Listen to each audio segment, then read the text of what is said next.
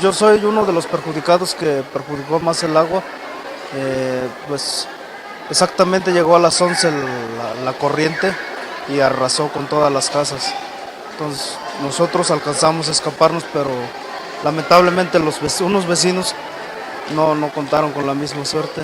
Salimos, ya vimos que ya se bajó el agua, pues entonces empezamos a salir, sí nos rescatamos de allá porque si no, pues quién sabe, porque unos les tocó, unos murieron,